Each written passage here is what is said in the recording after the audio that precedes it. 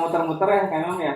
Ini special edition karena saya bisa dipertemukan dengan orang-orang hebat ini. Waduh, ini ngurus jadwalnya gila ya.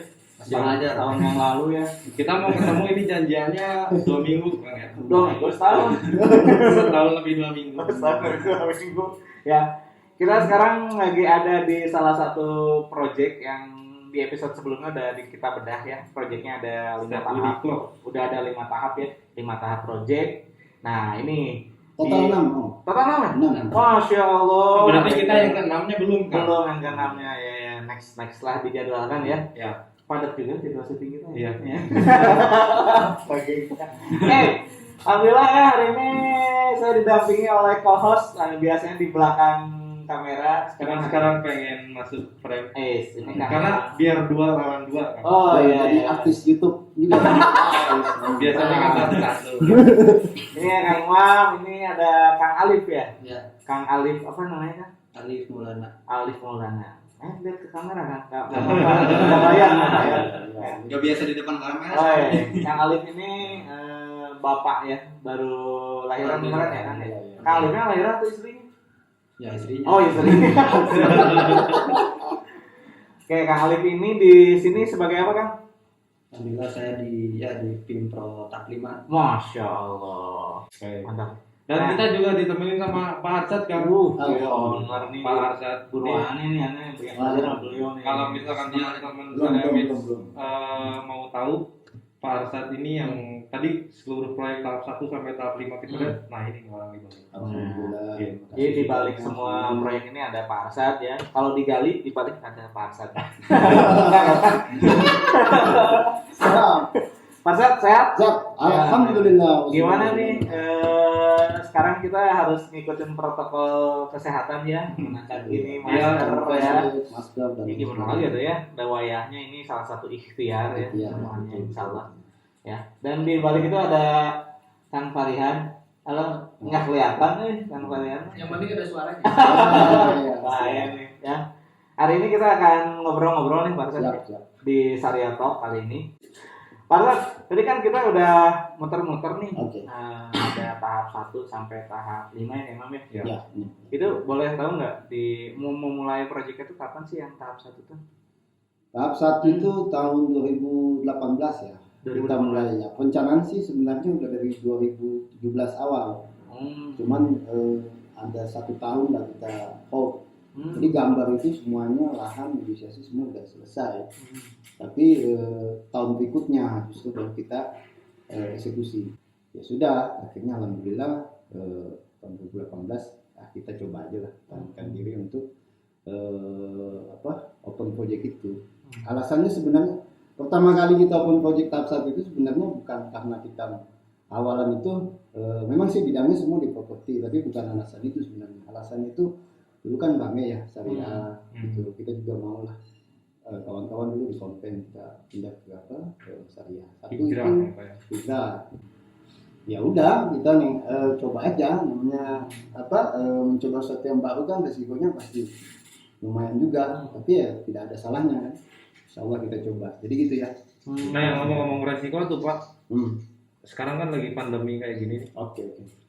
Kerasa nggak sih Pak? Wah, masa banget.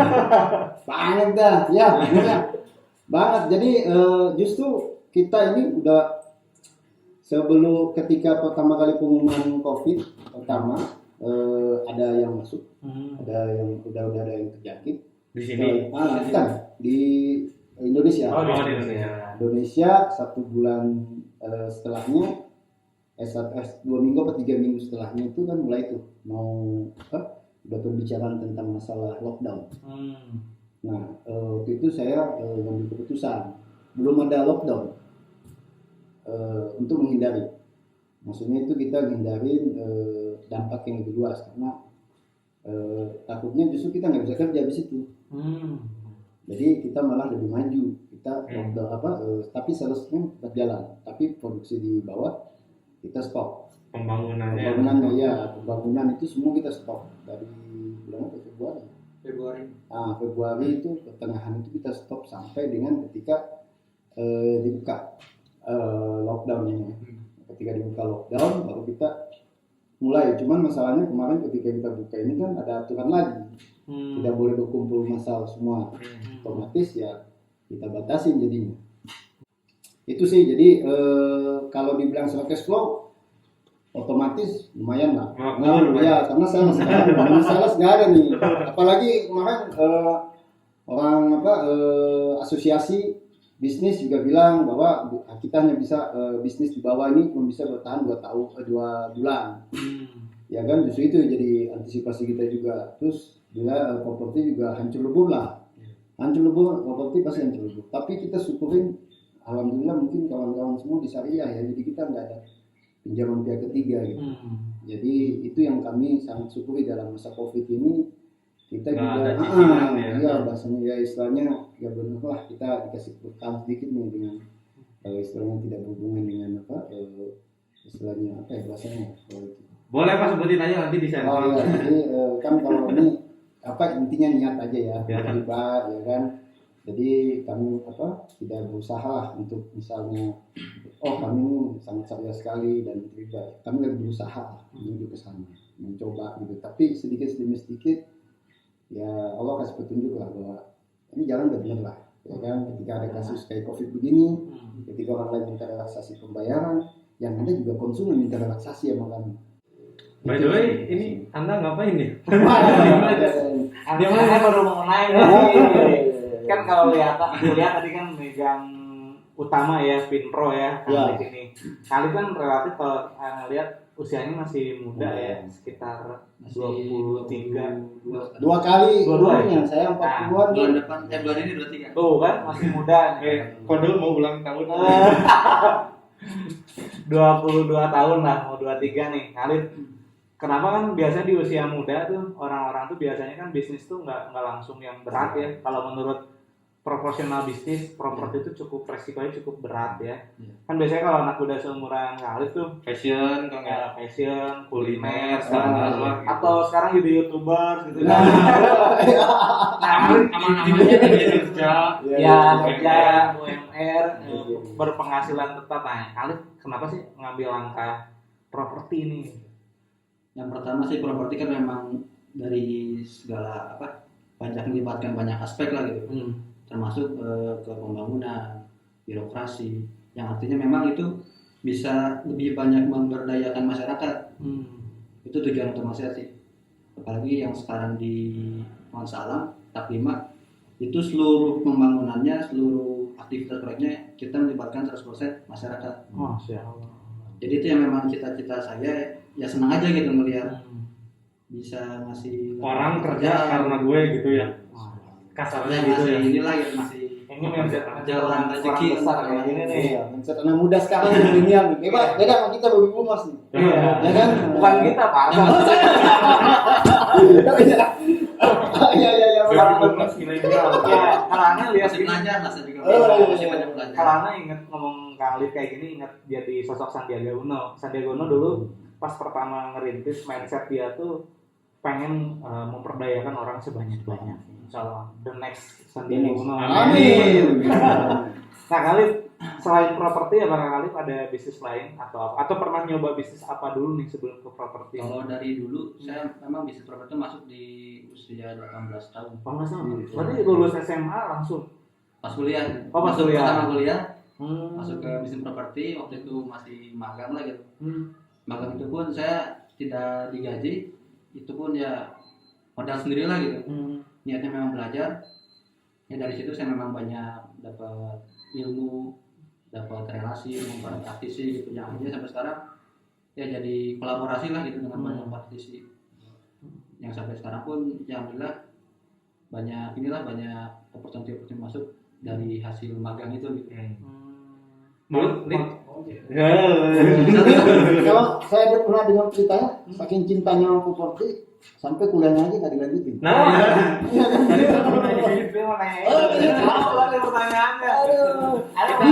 Kuliahnya beres nggak gitu? Aib. Jadi emang Alif ini lulus kuliah S2, semester 2. Pernah dari tahu saya kayak gitu. Kuliah di mana? Ya itu salah satu kampus ternama lah di Bandung. Inisialnya UNPAD. Tadi di jurusan mana? jurusan industri pertanian. Pertanian. Harusnya bantu hidroponik anggur. Iya. Enggak gini nih. Kenapa properti yang dipilih? Kan masih ada untuk tadi tujuannya kalau memberdayakan masyarakat ya. Ya. Kalau memberdayakan orang kan orang jualan keripik juga bisa memberdayakan masyarakat. bikin barang Orang sendiri. bikin baju juga bisa memberdayakan masyarakat. Kenapa harus properti? Ada apa gitu ya? Yang kamu lihat yang nggak kita lihat gitu. Karena dulu pas awal 18 tahun itu saya sempat ya dengar properti bakal booming gitu. 2018. Itu kan saya masih 2016, masih ya mulai properti. Makanya dari 2016 saya benar-benar melihat wah ini properti pasti booming nih. Ditambah saya banyak baca juga kisah dari pengusaha properti. Yang salah satunya dari Elang Gudang itu kan pengusaha muda juga properti. Ya dari situ memang saya terinspirasi mulai ke properti. Ya walaupun banyak lika-liku juga, rugi hampir ratusan juta juga pernah. Tapi sampai sekarang ya anggaplah itu learning cost buat kita gitu, buat maju ke depannya. Dulu pas magang di bagian apa Alif? Sama marketing juga. Jadi saya mindsetnya memang kita udah bisa jualan dulu nih sebelum kita ngebangun. Kalau misalkan kita masuk ke developer, banyak kan developer yang memang bisa bangun tapi nggak bisa jualan gitu kan. Akhirnya kan proyeknya mangkrak gitu. Bahkan sekarang pun kita belum dibangun tapi udah banyak laku gitu. Alhamdulillah. Termasuk pas masa-masa Covid kemarin kita masih ada penjualan. Nah ini Pak sama Kak Alif mungkin ini kan Anda tuh tahu info bahwa yang tahap 3 terutama yang tahap 3 tahap 4 itu harganya murah banget gitu. Banget. Promonya 200 sekian. Kenapa bisa gitu? Kalau Kan ini bentar ya Mas. Ini kan Setiabudi loh. Setiabudi itu salah satu prima donanya Bandung ya. Ketika di video sebelum itu sampai 9 ribuan tadi kan. Iya, betul. Prima donanya Bandung yang dicari gitu. Tiba-tiba harganya bisa di bawah 300. Itu gimana? Subhanallah. Jadi kita memang punya hitungan. Ya kan? Jadi yang nggak bedanya memang kita nih membuat bisnis properti ini ada berbeda lah dengan konsep bisnis mungkin properti pada umumnya. Karena satu sisi juga sarana belajar buat kawan-kawan semua. Ini kan sebelum pernah ada jadi pengembang. Kedua juga sebagai sarana kita berbagi, ya kan. Ketiga juga ya sarana pengembangan utamanya. Nah, kalau dilihat, jadi orang kadang melihat 3-4 tapi nggak melihat 1-2 dulu. Nah, jadi gitu. Nah, jadi kita kan bukan pedagang jadi bahasanya jadinya. Kita adalah pengusaha, mencoba menjadi pengusaha. Belum tahu nih kita bisa dibilang siapa udah pengusaha. Segala diusahain. Jadi pengusaha itu kan istilahnya bagaimana menciptakan produk, bagaimana dia ini terus dia selling. Kalau pedagang kan istilahnya jangka pendek. Kalau misalnya saya sales, saya pedagang, ya kan, saya jualan, saya dapat untung 4 kali bergerak jadi bergerak. Kalau dalam pengusaha, dalam pandangan saya 1, 2, 3, 4 ini semua akan berhubungan. Ya kan, baik secara branding, cash in, cash flow, semuanya. Cuman nanti kan kalau kita lihat secara umum perusahaan besar rata-rata cara itu kalau mereka bangun perumahan bikin laporan keuangan nggak ada bilang perumahan A 1 juta, perumahan B 2 juta, apa hasilnya nggak, tapi cash flow 100 ribuan, sales berapa total. Itu jadi alhamdulillah dengan cara ini. Dan ketiga tujuannya sebenarnya juga kalau bahasa saya dulu sama Pak Tio, partner saya itu giveaway. Jadi kita giveaway nih. Alhamdulillah gitu kan, ternyata pas tahap 1 di saat pun kita nggak diakui lah sebagai siapapun juga. Ternyata banyak yang trust, kawan-kawan yang penting trust, pembeli juga trust. Masuk tahap 2 lebih banyak trustnya lagi. Kita nggak ada giveaway nih, ya kan. Tujuannya kan gini. Motivasi syariahnya juga satu, jadi profitability keuntungan itu kita kecilin dulu, ya kan. Yang kita mau kan selama ini kawan-kawan bikin properti syariah itu justru di pinggir kota. Kenapa nggak membawa umat Islam di tengah kota dong? Itu lebih gampang penyebarannya. Kalau bagi saya, kan kita namanya siar juga kan. Ya saya coba lah, dan saya yakin dengan kapasitas. Jadi harga yang murah itu memang analisa. Sekarang kawan-kawan lah, ya kan rata-rata pas ekspektasi punya rumah itu kan 700 juta. Betul. Setiap budi segitu. Iya, betul. Kalau dan semua orang pasti punya keinginan rumah di setiap budi. Kalau misalnya dia punya ini dan dia nabung, anggap dia pasti punya pemikiran 20 minimum kan kalau pinjam ke bank 20%. 20% DP atau 30% DP. Kalau ketentuan sekarang di atas 20 ya. Di perbankan. 30 kalau 30 210 juta. Ya kan? Atau 150. Berarti saya yakin lah kaum bawah, kecuali orang tua atas ya. Milenial ini di bawah 30 pasti punya uang DP yang ditabung. Itu aja ya kita menjadi dasar. Sisanya kan ya cicil 15 bulan aja.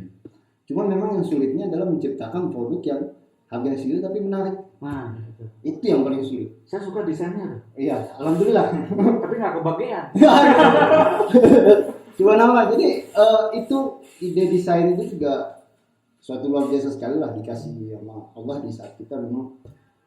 Jadi kadang-kadang Allah bantu kita itu di saat kita memang sama sekali buntu. Iya kan? Kalau saya sih merasa begitu. Karena kalau kita lagi happy gini, kita justru melupain hal-hal kecil. Padahal itu sebenarnya petunjuk. Waktu itu saya kumpul dengan kawan-kawan lah di dulu kita ikut acara gitu ya. Ada orang developer ABC itu tadi. Ada yang ini subsidi, ada yang ini. Di situ dapat ide lah bahwa setelah saya hitung itu ternyata rumah subsidi itu sebenarnya worth it gitu. Sebenarnya tidak perlu subsidi juga sebenarnya. Profitability-nya cuma masalahnya kan masalah di quantity ya. Ya kan quantity jadinya. Ya itu jadi dasar awal. Tapi masalahnya bagaimana mengawinkan modal komersil dengan bahwa ini tidak disubsidi tapi kok harga subsidi tapi komersil. Nah itu kalau dari segi pricing itu. Ya itu memang sulitnya dan sampai kita juga namanya mencoba lah bisa kena bisa ini ya. Bisa secara implementasi di lapangan produksi kita bisa ini. Tapi bisa insya Allah bisa nanti kita bisa review. Kalau dari segi desain kompak. Kalau idenya itu satu ide memang dari situ saya melihat berarti luasan 43 bisa. Bangunan 43 berarti banyak marketnya. Kalau orang berani beli 81 miliar dengan luasan 43 meter persegi, kalau 200 juta, meskipun mungkin kawasannya ya jalannya agak sedikit berketuaan. Naik ya. Ya kan? Naik. Saya masih optimis lah. Ya kan masih optimis. Lah. Iya. Dan apalagi itu yang rumah begitu, saya lihat di Surabaya ada, di Jakarta ada, dan laku sold out. Ya nggak sold out banget 80%, ya kan? Dan memang masih muda dan berarti ada kemungkinan gitu. Berarti ada peminat rumah 43 meter persegi. Ya kan dengan tanah yang hanya cuma 60 paling gede 55. Ada lah berarti marketnya ada. Ya kan dan orang banyak membayar itu lebih mahal. Sampai 800 sampai 1 juta. Berarti ada. Itu aja kuncinya dulu satu. Kalau dari segi desainnya kita tentukan. Pertama kalau awalan di saya itu fasad lah kalau saya sih lebih ke fasadnya bagaimana nih supaya ya intinya kalau saya kan punya ya kawan-kawan dia udah ya kan terus ada anak SMA. Kalau saya standarnya biasa saya kasih lihat desain itu sama SMA dulu biasanya. Jadi SMA itu kan dia kiranya gue yang gini. Jadi kalau dia suka bersama anak itu ya biasanya orang tua juga ini kan. Orang tua kan bagaimanapun juga kayak kita ya, pasti punya jiwa muda lah. Yang tua supaya yang muda. Ya kan. Saya kadang-kadang ngeliatin begitu. Nah waktu itu kita dan inti desain itu sebenarnya desain itu adalah efisiensi untuk menciptakan harga itu jadi dan alhamdulillah kita juga punya arsitek yang mampu implementasi cuman memang ada stres lah arsitek kita karena nggak biasanya gitu ada lahan segitu terus harus dimaksimalkan gitu terus ininya juga harus begini gitu desain ininya harus mewah gitu kan sulit memang agak sulit tapi alhamdulillah arsitek kita mampu rancang, terus kita dapat ide bawah marketnya ada dengan harga bawah luasan rumah bangunan segitu ada marketnya, ya kan? Terus ketiga bahwa tim pembangunan kita juga kayaknya bisa buat nih, ya kan? Bisa buat seperti ini, ya kan? Terus harganya ya kalau dibilang sebenarnya itu tipis, tapi itu tadi bisa dibilang sangat tipis. sangat Tapi ada ya? Percayalah. ada. Itu makanya saya bilang Pasti. ini kesinambungan. Kalau di bahasa saya kawan, ini sebenarnya ide yang nggak bisa diterima sama Pak Nusra, Pak Tio nggak sama sekali nggak bisa menerima dengan profitability segitu. Cuma masalahnya saya bilang ini giveaway. Kalau giveaway kan alasannya nak. Sudah lah, ini kan kita sudah alhamdulillah, ya kan. Kalau memang jadi rezeki, artinya dapat, ya alhamdulillah. Kalau tidak, mau gimana lagi? Yang penting kan orang kita dalam level orang sudah ada trust dalam kebijakan pembangunan, meskipun dengan berbagai macam kendalanya gitu kan. Ada mungkin jatuh pembangunan dan lain sebagainya. Tapi setidaknya kita tidak pernah berhenti, jangan pernah berhenti untuk selalu membangun. Bisnis kan cuma satu, yang penting nggak rugi itu udah bagus, udah sama dengan untung. Iya. Kalau bang saya gitu, ya nggak rugi aja sudah sama dengan untung. Apalagi kalau dapat untung, alhamdulillah banget kalau udah begitu. Nah, ngomong-ngomong itu, sekarang ini rugi atau untung Pak proyek ini? Saya bilang Dari 5 proyek lah ya. secara keuangan apa secara apa nih? Kalau secara, saya bilang udah untung banget, untungnya banyak. Ya kan, banyak orang udah mengenal kita, terus kita sehari-hari alhamdulillah hidup juga dari project. Ya kan, itu sudah keuntungan. Iya. Kalau ujung akhirnya kita belum tahu nih. Secara ini ya kan, ini kan pengaturan cash flow namanya ya, profitability dan target kawan-kawan nih. Kita lagi belajar nih masalah fundamental juga, kuatin likuiditasnya. Kalau likuiditasnya kita besarkan, otomatis kita harus jaga. Berarti istilahnya ya laba-laba ini kan harus kita jaga. Kalau profitability kita mau kencengin, otomatis ekspansinya harus luar biasa. Kayak NBI, ya kan, tiap bulan ada aja aset yang mau diakuisisi. Itu kan dia mulai ngejar profitability. Ya kan, ada kawan-kawan juga yang coba jaga likuiditas dulu. Jadi intinya minimum ini kawan-kawan lah di kita ini, Pak Alif juga di PT NBI, ada juga Pak Yayan di PT JRI. Ini likuiditasnya dijaga. Jadi kalaupun ada apa-apa, kami harapkan itu kalaupun terjadi sesuatu yang luar biasa, apapun atau apa itu kita nggak pernah tahu, atau apalah luar biasa, jatuhan itu kawan-kawan secara likuiditas asetnya itu masih lebih besar dibanding meskipun kondisinya walaupun kayak gini COVID. Jadi insya Allah kalau di level konsumen, level sewa itu nggak usah takut gitu bahwa likuiditas perusahaan kawan-kawan di bawah ini masih bisa mengcover kalau misalnya Anda merasa semua rugi lah. Kawan-kawan yang beli rumah di sini merasa rugi atau gimana.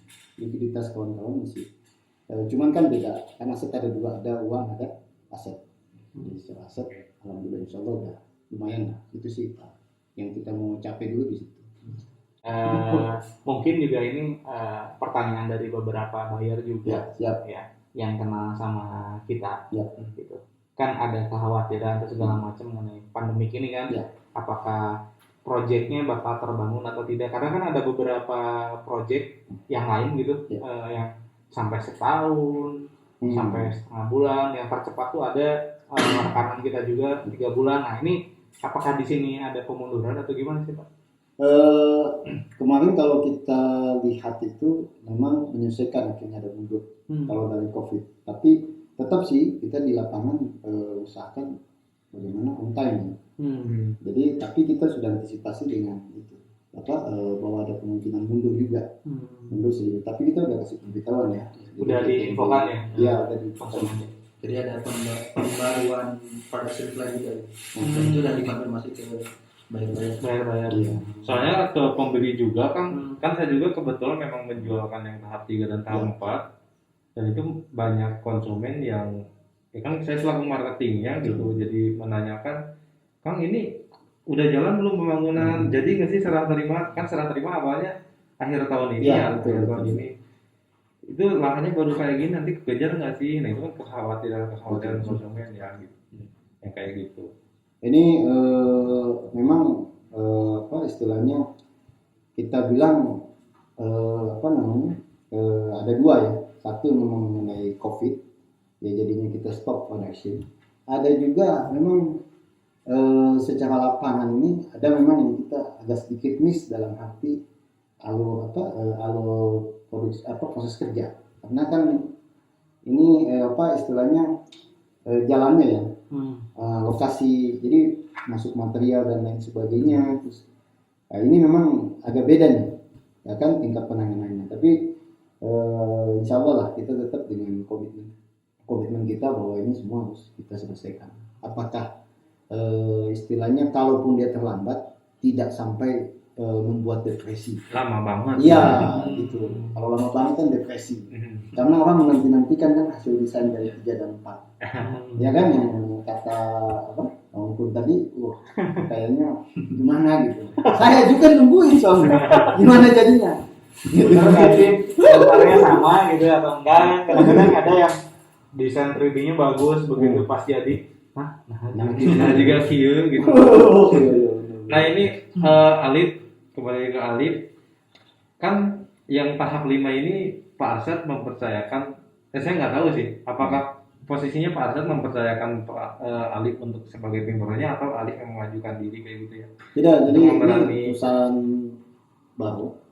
Memang Oh jadi Alif ini beda PT gitu? Iya ya? PT. Jadi semua proyek kita ini ada PT-nya. PT-nya masing-masing? Iya ada PT-nya. Dan kebetulan alhamdulillah Pak Alif sangat istilahnya di tahap 5 ini dulu langsung yang jadi Nge-handle. jadi mereka langsung yang handling dari semua proses dari akuisisi lahan sampai dengan ini. Nah itu Lip, yang mungkin biar Alif biar kebayang gitu ke teman-teman Syariamet, sebetulnya menjadi seorang developer properti itu ngapain gitu Lip?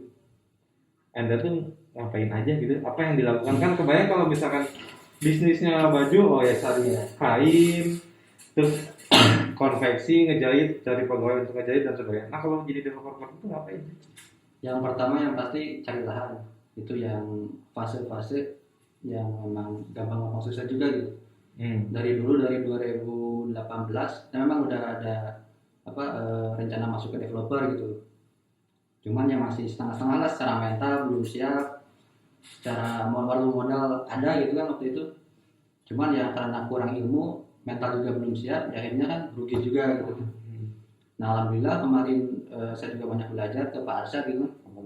Yang tahap 3 dan 4 nih perencanaannya dari A sampai Z, dari plan A sampai ke plan Z gitu, itu udah benar-benar matang gitu. Kalau misalkan penjualan kami mencapai target, itu gimana nanti setelah kalau misalnya nggak capai, misalnya investor atau ada apa gitu, itu harus benar-benar disiapin. Makanya dari awal saya dikuatin dulu perencanaannya. Perencanaan pertama cari lahan dulu nih, akuisisi lahan, skemanya seperti apa, itu harus benar-benar teliti lah gitu, termasuk kontraknya. Jangan sampai nanti misalkan skema termin bayar ternyata jatuh tempo, lahannya dengan pemikiran nggak ada kesepakatan lagi, akhirnya mangkrak. Jangan sampai kayak gitu. Jadi konsumen udah masuk, tanahnya nggak tanahnya jadi. gitu. Jangan sampai gitu. Makanya dari awal kita harus siapin mitigasi resikonya seperti apa. Terus kedua, perencanaan tadi. Perencanaan juga banyak lah, perencanaan keuangan, perencanaan marketing, perencanaan sosial, geografis, sampai cek zonasi, perizinan seperti apa. Itu lumayan menyita waktu juga gitu. Terus tahap ketiga yang fase-fase di mana resepnya gitu, masa-masa jualan, masa-masa launching gitu kan. Nawarin produk kita yang memang secara produk kita benar-benar buat se-perfect mungkin lah gitu, dengan harga menarik, desainnya ciamik gitu kan, lokasinya strategi gitu kan. Itu benar-benar menambah kepercayaan diri juga gitu. Kita ngasih solusi ke masyarakat tuh, memberikan rumah hunian syariah gitu secara lingkungan. Tapi kan nggak selesai sampai pemasaran aja. Setelah justru Pembangunan, setahu saya justru developer itu yang paling rumit itu bukan sampai pemasaran, tapi setelah pemasaran itu. Nah, pembangunannya itu. Lebih Dan sekarang tuh kita fase-fase itu. Ya alhamdulillah sampai sekarang penjualan udah mencapai 50%-an lah gitu. udah setengahnya terjual. Setengahnya alhamdulillah. Omset udah banyak makanya. Jadi mobil kan. Yang mobil listrik. SMK. Wah. Bingung. Nama apa emang bagus itu. Iya, iya. Emang bagus. Berarti ada Kapan belum terlihat. belum terlihat aja. Kalau ada pasti beli Pak. Pasti beli. Pasti beli. Kalau ada uangnya. Iya. Udah nanti Mana, Pak? ada tukang bakso sibuk-sibuk ke rumah. Ya. Tukang bakso. Pakai walkie-talkie. Ya kembali ke pembangunan. Jadi kita tuh sekarang 3 PT, ya 3 developer, Esan Realty, PT Milenial sama Gerawi, kita membentuk perusahaan baru khusus pembangunan untuk kontraktor, namanya Club Building. Nah, itu jadi anak perusahaan kita juga yang memang fokusnya menyelesaikan seluruh pembangunan dari tahap 1 sampai tahap 6 gitu. Jadi biar kita sebagai developer tuh ya fokus ke pengembangan gitu, pengembangan street product, dan untuk pembangunannya kita serahkan ke PT Club Building. Dan alhamdulillah sampai sekarang kita masih untuk tahap 5 gitu masih on the track sesuai timeline gitu kan. Belum ada kendala lah gitu. Ya kendala-kendala masalah ormas tuh udah biasa lah. Ketemu preman udah biasa Udah lah ya. sering. Sering. Hampir dibacok. Bahkan awal saya sampai ngobrol dengan Golok gitu. Di Golok gitu. Jagoan, kalau bisa ngomong. Golok gitu. Jadi sore itu bawa Golok sampai dulu ya sambil marah-marah gitu. Berarti Biasa. tadi itu ada apa? Developer ada 3 berarti ya. Ya. Terus dibikin divisi buat pembangunan Ya, khusus ya, kan. Divisi marketingnya belum ya? Bukan divisi sih, PT. Ya, PT. PT. Buat urusin khusus marketing berarti belum ya? Marketing kan ada Hah? nanti ya enggak paling kan punya organisasi marketing di bawah. Kebetulan kita juga punya tuh. Ada sih kolaborasi, tapi itu kan udah lama tuh. Ya, bisa Misalnya lah udah ya. lama. Udah ada selat kan. Caranya mau bagaimana mangga lah diatur secara adat gitu. Langsung bisa diatur sebenarnya. Nah, Pak Arsad kan dengan Alif ya walaupun Alif apa ya tadi ini kerjasamanya bukan antara atasan dengan karyawan ya. Nah, Kayak apa pasang anak? Iya. gimana? Nah itu yang mau saya tanyakan ke Pak Arsad kan selaku mitra dengan Alif, walaupun di perumahannya setiap perumahan beda PT Ya. gitu, tapi kan bermitra berbisnis gitu. Pertanyaannya kok mau percaya dengan anak muda menghandle bisnis properti gitu Pak? Oh, Kok percaya sama seorang Alif ini? Emang dia punya apa sebetulnya? oh, Apa yang dia punya? Belum tahu ini. tahu dia, bisa tahu. Alif di belakangnya. Siapa? Siapa, Pak? Aduh, Alif ini kan dia melakukan penjualan dari kami sebenarnya udah ikut dari tahap 1 sampai Tahap 4. 4 ya. Dari tahap 1 meskipun nggak ada jualan, tahap 1, 2 ya kan karena mungkin Fokusnya ke yang lain dulu ya. urusan lain juga ya. Tapi di tahap 3, 4 luar biasa. Panen berapa nih? Berapa puluh nih? Yang Alif 3, 4. di tahap 34. Wah, kalau nggak salah agensi nomor 1. Masya Allah. Ada hadiah Mobil. emas, semua diborong semua. Hmm. Giveaway-nya diambil semua. Mas. Sampai kita Makanya- bagian kan. Iya. Nanti kita kebagian ya? Habis stoknya. Nanti kita mau minta masnya. Masnya. Jadi ini Alif, terus kedua kita kan juga harus tahu bahwa sekarang zaman anak muda lah, dunia nafas mereka lebih kuat lah. Infobility ini nafas, bukan istilahnya kemampuan modal dan sebagainya. Nafasnya harus kuat gitu. Dia punya istilahnya itu kita bukan sprinter tapi pelari maraton. Dan pelari maraton ini kan fisiknya harus benar-benar tough lah. Dan saya yakin satu Pak Alif di situ, kedua juga dia jualan juga oke. Ketiga kan kawan-kawan mau pada belajar dan saya nggak pernah ngasih bilang doktrin ya. Kalau ngitung tuh caranya harus begini, yang ini harus begini. Coba tanya sama beliau. Bikin account tuh gini, nggak boleh begitu, itu salah. Nggak pernah. Justru saya Punya cara sendiri apa ya? yang kamu pikirkan dari itu, apa kesimpulannya? Dan kita akan supaya ke sana. Apa yang mau dicapai ini? Dan kawan-kawan ini juga jangan juga dipikir bahwa mulus, ya kan? Jadi ada masanya ketika sudah kan kalau di bahasan Pak Alif tadi semua dipikirkan dari plan A sampai Z. Kalau tidak terjadi begini-begini, ya kan ada pasti momentumnya, plannya itu nggak jalan, ya kan? Dan itu bisa jadi cuma tinggal baseline, ya kan? Nah itu gimana? Itu kan menyelesaikannya dengan kondisi muda itu luar biasa bagi saya dan bagi saya siapapun yang datang kita kerjasama, kita tidak bisa kerjasama, saya nggak tanya kenapa sebenarnya. ya berarti Allah mungkin bawa lah, ya kan? Kenapa bisa kan nggak ada kebetulan. Sama dengan kita jualan, kalau kita mau jual juga rumah harganya 1 perak, kalau nggak ada mobil, cuma juga, ya kan? Tapi kalau sudah memang ketentuannya dari atas, kita jual 300, 1 miliar, udah begitu ya. pasti ada aja, insya Allah itu. Jadi lebih ke sana.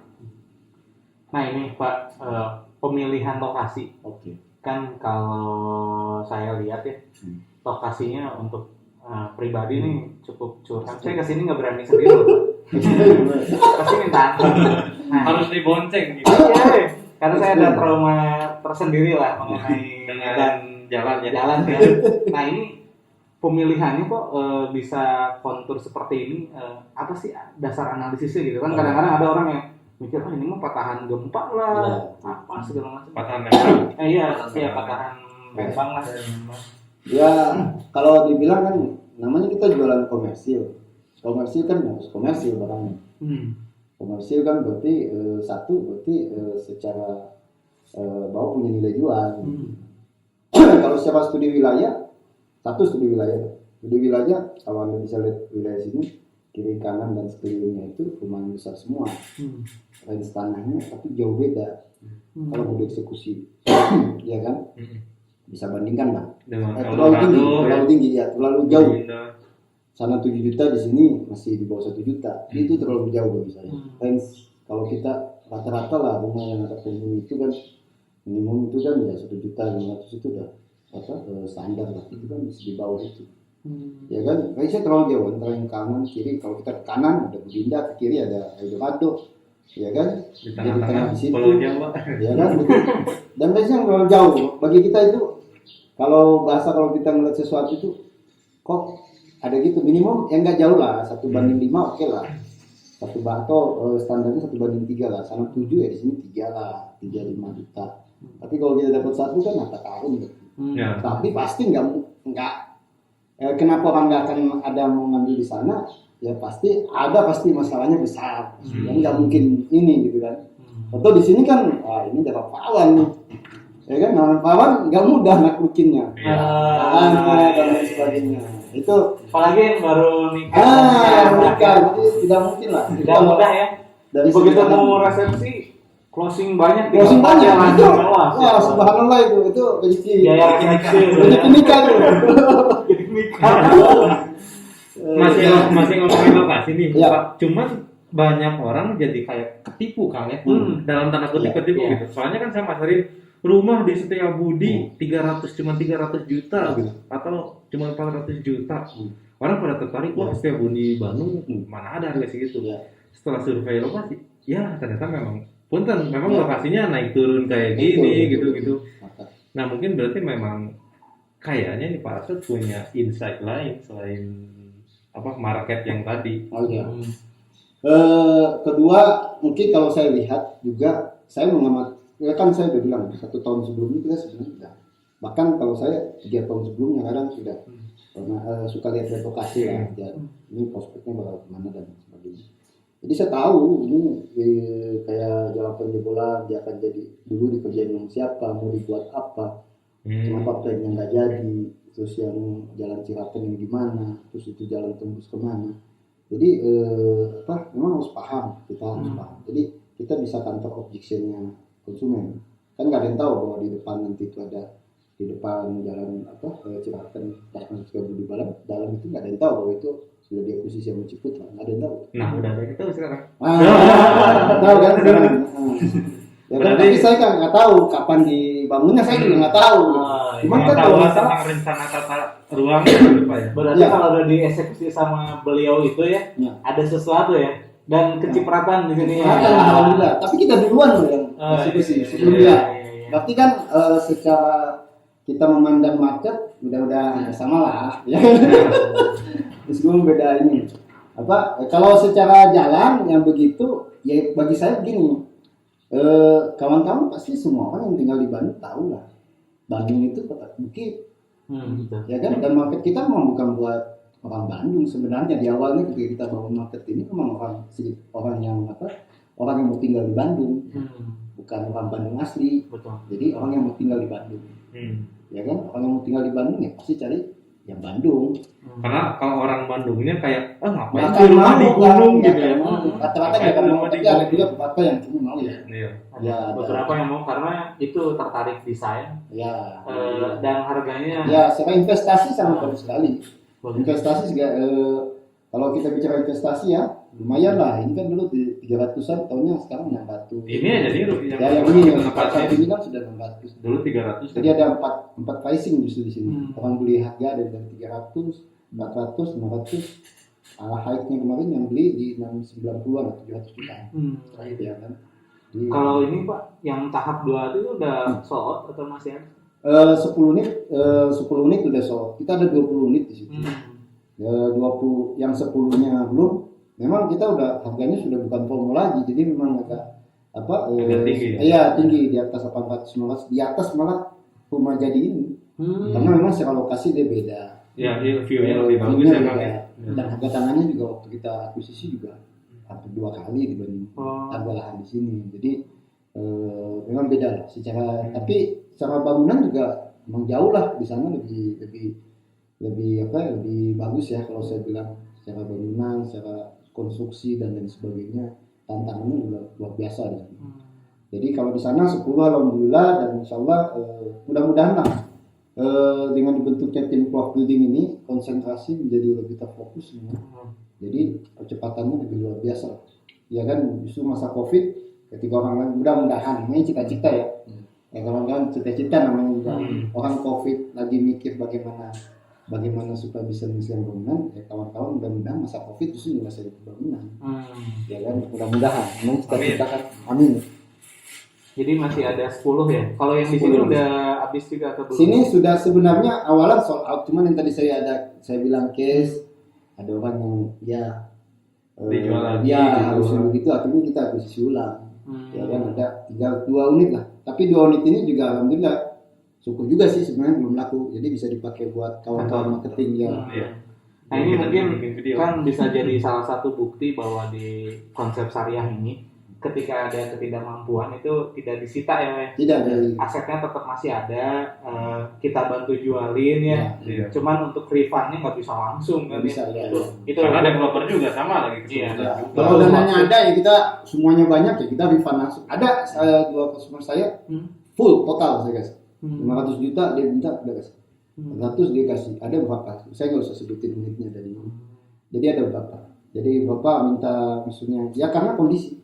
betul. Ya kita kasih aja Pak.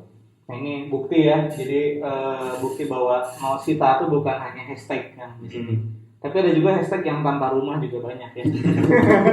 Tanpa sita, tanpa denda, tanpa BI checking, ujung-ujungnya tanpa rumah. Karena nggak jadi jadi. Ya, mungkin kita doakan semoga semuanya dapat solusinya Pak ya. Solusi amin. Amin. Karena semata-mata mereka bukan meniatkan untuk menipu ya. Nah, Cuman ada hal lain yang belum sampai. ya, jadi untuk dipahami juga mungkin takutnya ada takut dengan syariah dan sebagainya. Kalau insya Allah kalau di kawan-kawan ini tahap 1 awal itu yang boleh lepas dari kawan-kawan itu yang saya bilang tadi likuiditas. Jadi asetnya harus lebih besar dibandingkan nilai tanggungan dari konsumen. Jadi kalau ada pun apa-apa dengan konsumen, misalnya kalau aset gitu. ini itu nilai insya Allah nilai aset secara ilmiah Mengcover ya dana yang mereka sudah keluarkan juta. Dan saya yakin kalau orang ekonomi juga mau datang mau bandingkan dengan return of aset kawan-kawan dibandingkan perusahaan lain juga ya insya Allah masih bisa lah. Kita masih ya 11-12 lah kayak itu nggak down gitu. Jadi itu yang harusnya dipikirkan konsumen ketika dengan developer itu return of asetnya. Jadi apakah likuiditasnya terjaga nggak tanpa ini. Mungkin berarti jadi ke konsumen setiap body club Kang ya. Itu bocoran juga dari Pak Arsyad tadi.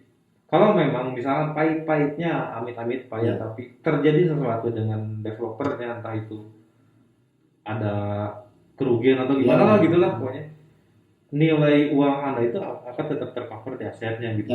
Paling misalnya uang kalau menginginkan uang kembali bisa kembali ya tinggal mencairkan asetnya. Ya tinggal sabar, tapi insya Allah akan tercover.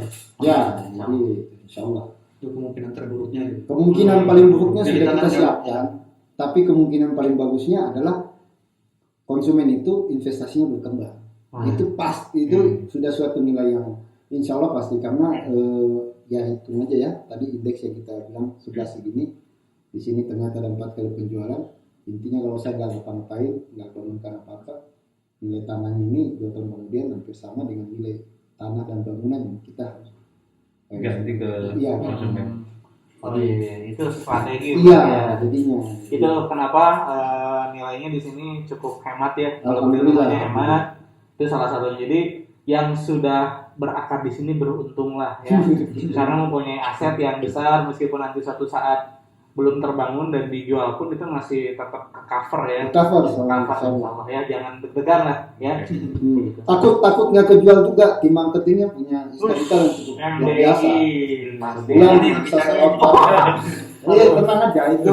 Jadi insya Allah kita coba cover semua sisi lah yang jadi kekhawatiran. Yang penting kalau memang masyarakat yang banyak mendukung proposal ya, terus lanjutkan dukungannya. Ya kan, jangan terpengaruh dengan kalau mau baca berita lebih selektif, Anda bisa ambil semua data perusahaan properti Indonesia, baik NTBK maupun ya, Anda tinggal lihat bagaimana return cash flow-nya mereka, negatif atau positif. Ya kan, terus kok bisa Anda percaya dengan yang seperti negatif. Pak, terakhir nih, saya nih unek-unek saya tadi udah rumah ya. Ada akses ya, akses terutama di tahap 4 itu. Tahap 4 itu kan jalannya masih off-road tuh. Oh, iya. Itu kan pasti diperbaiki kan. Insya Allah. Nah, apakah Pak Arsad melihat sisi lain? Kenapa sih bikin di situ? Saya penasaran gitu. Oh iya. Kenapa Pak Arsad bikin di sini nih? Pasti ada Istilahnya sesuatu. malu, Kang ya. Iya, gitu. Pasti ada sesuatu hal yang nih teman-teman juga nggak tahu nih Pak Arsad kedepannya Setiabudi ini bakal seperti apa? Gimana lah gitu. Developer pada masuk ke sini. Gak rame. Sebenarnya ini bukan barang baru kan. Sebenarnya kalau kita lihat pergerakan developer besar itu sudah masuk. Cuma permasalahannya itu kembali lagi. Jadi kemampuan mereka mengolah tempat besar ini kan pasti ada kendala aja kan. Kalau kita sekarang zamannya COVID. Kalau mereka kita nggak tahu pas mungkin Prismon 97 tahun 2005 ketika properti bubble ya kan kita nggak tahu. Akhirnya terhambat. Kebetulan alhamdulillah ya kan unyu yang kita ini kawan-kawan ini kalau itu bagus ya. Ada ini nah. Kalau terhadap tahap 34 sebenarnya simpel. Itu sebenarnya jalur akses menuju ke Lembang dan itu langsung ke Bosta, Lembang dan itu kan sangat terkenal lah. Kalau saya bilang bukan rahasia umum lagi juga, itu sangat terkenal di Instagramable lah, ya kan itu Pagibolan. Kawasan wisata Pagibolan sering dipakai camping dan sebagainya. Nah sekarang ini ada salah seorang pengusaha wisata lah, kampung apa dia si Pak ini di atas yang rumahnya di atas tuh. Oh iya itu. Ya itu pengusaha salah satu orang anak ITB arsitektur juga, dia juga sangat melihat potensi mungkin ya. Akhirnya dia bikin kayak tempat penginapan. Jadi rumahnya itu dia bangun kalau nggak salah 1000 meter di atas. Dia bikin tempat penginapan, tapi yang datang bule-bule. Dan itu laku tiap Sabtu laku habis. Resort gitu. Iya, apa namanya itu? Villa. Yang ada rumah besar. Aceh rumah cengkeh ya? Rumah cengkeh. Di atas tuh tapi di bawahnya. Itu memang kalau dilihat kondisi Padahal kelilingnya iya hutan lah ya. Dan kedua kita harus dipahami kan memang konsep di awalnya kita itu kan rumah tapi kayak resort. Jadi rumah maksudnya itu ya bisa ditinggali tapi nuansanya memang ya kalau nuansa kayak resort kan Anda nggak mungkin menemukan jalan yang bagus itu. Rata-rata pasti kalau mau jalan kecil ya ini terus banyak ininya ya kan. Tapi gimana dia bisa dekat dengan akses. Berarti emang kayaknya Setiabudi Clove ini memang menyasarnya orang-orang yang bukan rumah pertama ya. Bukan. Yang untuk dihuni tiap hari gitu kan. Bukan. Karena memang secara aksesnya ya penuh tantangan. Tapi bagi orang yang cuma pengen liburan di sini dapat udara segar, ini dapat gitu. Tapi yang 34 itu justru banyak rumah pertama. Ya? Memang target kita itu juga sebenarnya. Karena Jadi memang harganya nggak kebagian jadi 1 2 ini kan. murah. Yang kedua, orang rumah kedua kita kan sayang nih kalau orang-orang milenial kayak kita dulu kan mungkin pengen lah rumah di daerah sini, ya kan? Nah, anak muda, saya yakin lah makanya itu yang saya tadi bilang survei itunya kita sudah lakukan juga, ada marketnya dan ternyata banyaknya anak muda. Cuman anak muda kan nggak mungkin lah uangnya ada miliaran atau 500 jutaan nggak mungkin. Ada YouTuber. Kalau YouTuber ada itu mas 1001. tapi kalau YouTuber yang mau pasti dibeli semua lahannya kan. bukan beli rumah satu ya. Oke. Gitu. Siap. Saya tadi terakhir dari Kang Ukun ke Pak Rasad yang penasaran, saya masih ada penasaran ke Ali. Dengan Busumat kan? Enggak, maksudnya dengan usia yang semudah ini. Luar biasa. Untuk menentukan bisnis ke properti itu kan memang pasti tadi Ali juga nyebutin persiapan mentalnya, gitu, modal. Nah tadi disinggung soal modal. Ya saya tahu lah gitu. Saya berteman dengan Alif gitu. Cara untuk bersahabat dengan Alif. Cara untuk maksudnya mungkin teman-teman Saremet juga pasti pada kok bisa anak muda punya modal untuk mengakuisisi lahan gitu. Ya itulah pandangan awam itu. Gimana nih ceritanya kok bisa sampai punya modal untuk mengakuisisi lahan gitu? Karena kan pasti properti itu nggak sedikit. Memberanikan diri lah. Padahal kita waktu saya meeting sama Kang Properti tahun 2019 akhir bulan sampai 2020 adalah resesi. Sebelum ada Covid. Sebelum ada Covid itu udah pasti. Kang Properti kita semua udah sepakat. Cukup resesi pasti. Belum ditambah Covid. Belum. Jadi Covid ini depresi bukan resesi lagi. Gimana Lid? Ya bicara tentang modal itu kan modal itu banyak ya. Bisa modal dalam bentuk uang, biasa. Bisa modal dalam bentuk kepercayaan, bisa modal dalam bentuk ilmu gitu. Sehingga kembali ke pertanyaannya itu modalnya dalam bentuk apa nih? Kalau modal secara keuangan gitu, memang saya bisa dibilang level moderat lah gitu. Modal darurat gitu. Ibaratnya nggak punya modal lah ya. Ya secara uang. Kasarnya. Tapi secara kepercayaan, secara ilmu, secara networking, relasi, kemauan itu yang saya perkuat gitu, saya tanamkan di proyek-proyek yang sekarang jalan gitu. Contohnya proyek yang Nuansa Alam ini, si pemilik tanah ini alhamdulillah sampai sekarang pun 100% mempercayakan asetnya gitu, seluruh asetnya itu dipercayakan ke saya, alhamdulillah gitu. Dengan catatan yang saya bisa menolong menyelesaikan masalah dia lah gitu, utang-utangnya gitu. Dan alhamdulillah sampai sekarang udah bisa dikondisikan lah gitu. Itu yang pertama. Terus yang kedua, pemilik tanah yang belakangan lagi itu sama, dia juragan tanah, punya pabrik, punya hotel juga di Bandung gitu, dekat Gunung Sate. Sekarang tuh dia untuk warisnya tuh dia nggak ada yang bisa nerusin bisnisnya. Tanah-tanahnya banyak gitu, hektaran sampai ya kalau dievaluasi itu bisa sampai ratusan miliar lah gitu. Tapi alhamdulillahnya nggak tahu kenapa gitu, kok bisa tiba-tiba percaya gitu ke saya gitu, sampai memberikan kuasa ke orang yang memang bisa dibilang ya masih bocah ingusan lah gitu. Udah anak kayaknya. anak Mau dinikahin. Kamu dijodohin baru. Wah, ini video ini ada nih. Istrinya nonton.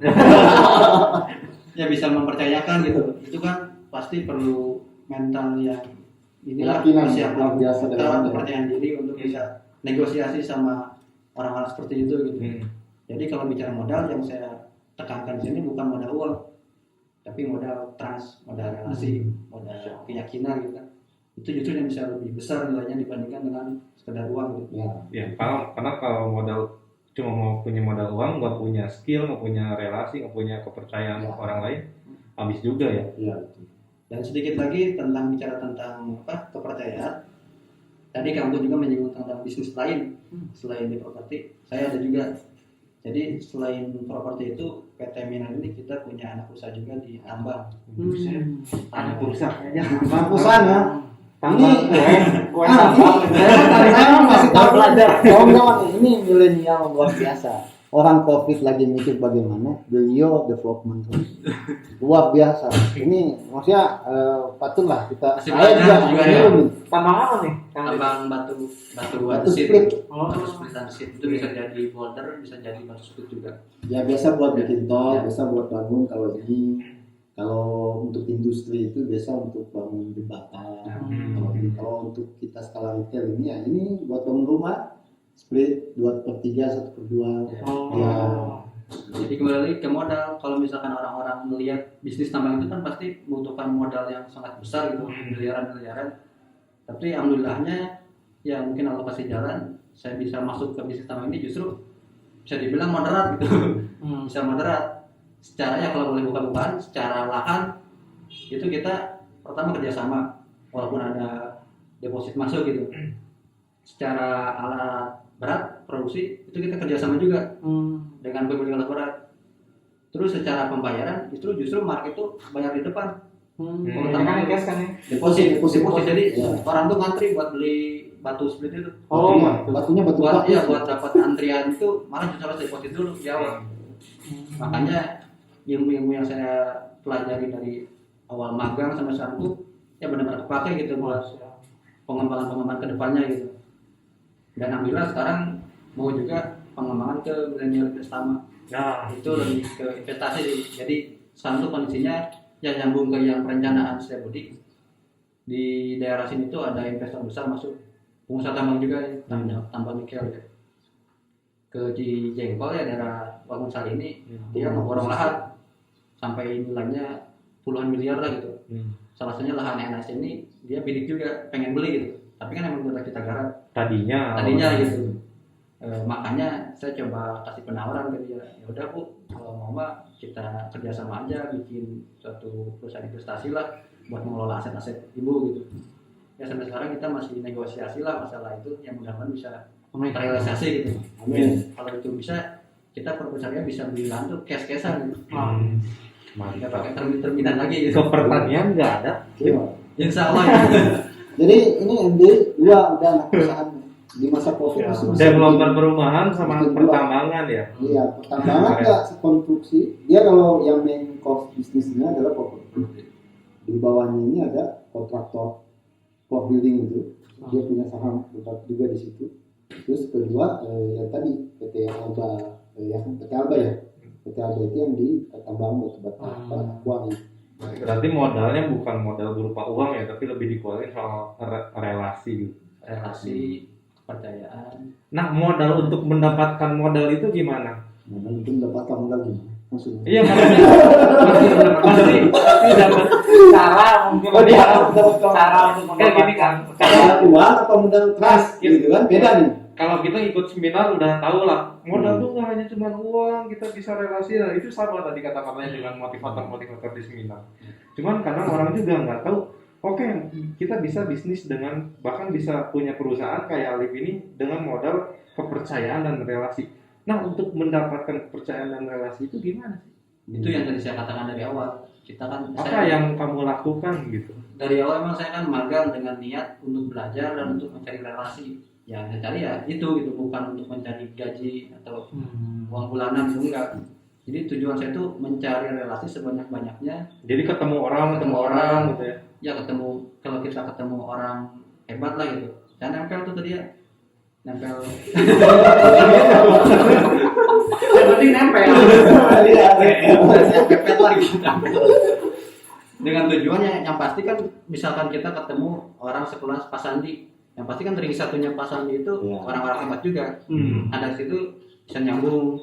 Nanti dari ring satu dia kenalan lagi, bersahabat lagi. Besok kan jadi menggurita lah gitu relasi. Nah, berarti kita nempel aja. Iya. Saya baru udah dengar kan, kita udah dengar nanti kalau ibu itu ngubungin berarti Alif butuh tim ya, kita masih dan kita modal jualan bisa jualan. Kalau tadi Alif modal dengkul dan urat, kita mah modal bibir aja dan ngomong gitu ya, depan kamera. Ya, alhamdulillah deh ya, udah nggak kerasa nih ini, udah gini-ginian nih. Siap. Nanti kita ngobrol-ngobrol Siap, lagi nih. terima kasih nih. Ya. Iya. Menarik nih sebenarnya, kita pengen ngobrol banyak lagi, cuman Nanti Kalau ini yang nontonnya mungkin lebih dari 100.000, ya kan? Kita masuk sesi 2, kita ngerain Ya. kaliku ininya, benar nggak? Oh, iya, betul, Ya nggak, ya kan? Tapi kalau nggak 100.000, nggak ada yang like, buat apa? Berarti nggak berguna, nggak usah. Terutama nih Iya, para iya. teman-teman Iya. Saremet kalau masih kepo tentang Kang Alif ini, dia sampai punya Ah. perusahaan. Semudah ini dia punya perusahaan ya developer Perusahaan dan perumahan omset miliaran. dan tambang. Syaratnya tadi Iya. kata Pak Right. 100.000 ya. Right, ya. Kita lihat berapa 100.000 ya? 100.000 insya Allah langsung sesi 2 lah. Sesi 2. langsung. Kalau enggak, Fasilitas lah. kalau enggak panik tutup mulut. Siap ngeri juga ya tambahan. Ya, insya Allah kita di sini bikin ini tujuannya untuk berbagi, Amin. bisa menginspirasi dan insya Allah Semoga mungkin bermanfaat ya. kegiatan-kegiatan lama kita udah banyak dosa jariah yang kita nggak Iya. tahu. Nah mungkin dengan ini bisa jadi amal jariah kita. Setidaknya kalau istilah istri saya bilang bisa nyusul gitu. Si amal jariah itu bisa nyusul melampaui dosa jariah kita. Gitu kan dosa jariah terus kita nggak bisa kontrol ya. Udah lama tuh nggak tahu. Insya Allah ya. Amin. Terima kasih ya Pak Arsad, Kang Sama-sama, Alif, mohon doanya dilancarkan semuanya. Amin. Yang nonton juga insya Allah kami mohon doanya. Insya Allah kami mampu nutasin amanah dari segi konsumen yang membangun semua lahan yang mungkin masih kita akuisisi, ya kan, dapetin haknya semuanya Amin. lancar dan yang bekerja juga bisa sejahtera. Amin. Jadi tujuannya.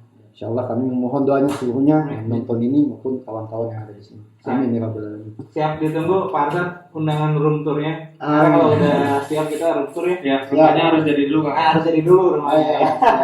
Oke, nuhun Kang Imam udah ngedampingin saya jarang-jarang udah dampingin Kang Imam di sini ya. Wah, luar biasa. Karena ini tamunya luar biasa nih, nggak bisa Pak sendirian. Imam mungkin luar biasa nih sampai bisa ada di sini. Oh, iya. Alhamdulillah, memang kayak gitu.